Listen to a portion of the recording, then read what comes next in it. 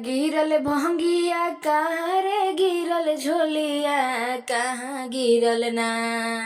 कहाँ गिरल भंगिया कहाँ रे गिरल झोलिया कहाँ गिरल ना। शिव गुरु के डमरुआ कहाँ रे गिरल ना। भोले बाबा के डमरुआ कहाँ रे गिरल ना। हमारा गुरु के डमरुआ कहाँ रे गिरल ना। खेत में गिरल भंगिया दुआरे गिरल झोलिया आंगन में गिरल ना। खेत में गिरल भंगिया दुआरे गिरल झोलिया आंगन में गिरे ना। हमारा गुरु के डमरुआ आंगन में गिरल ना।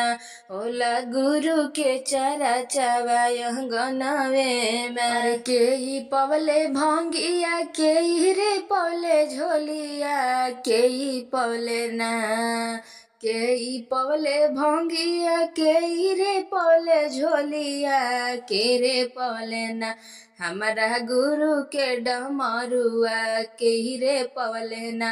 भोले बाबा के डमरुआ के पवले ना। अरे सासुर पवले भंगिया सासुरे पवनी झोलिया हसबैंड पवले ना। सासू पवले भोंगिया सासुरे पवली झोलिया अरे पति पवले ना। शिव गुरु के डमरुआ हसबैंड पवले ना।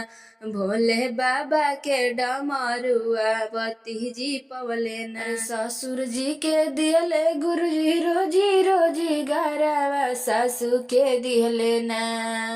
ससुर जी के दियले गुरु जी लमा मारिया सासू के दियले ना। गुरु जी 16 हो सिंगारावा सासू के दियले ना। गुरु जी मांग भर सिंदूरा सासू के दियले ना।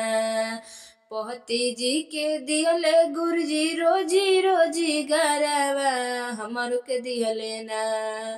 पति जी के दिहले गुरु जी रोजी रोजी गारावा हमरो के दिहले ना।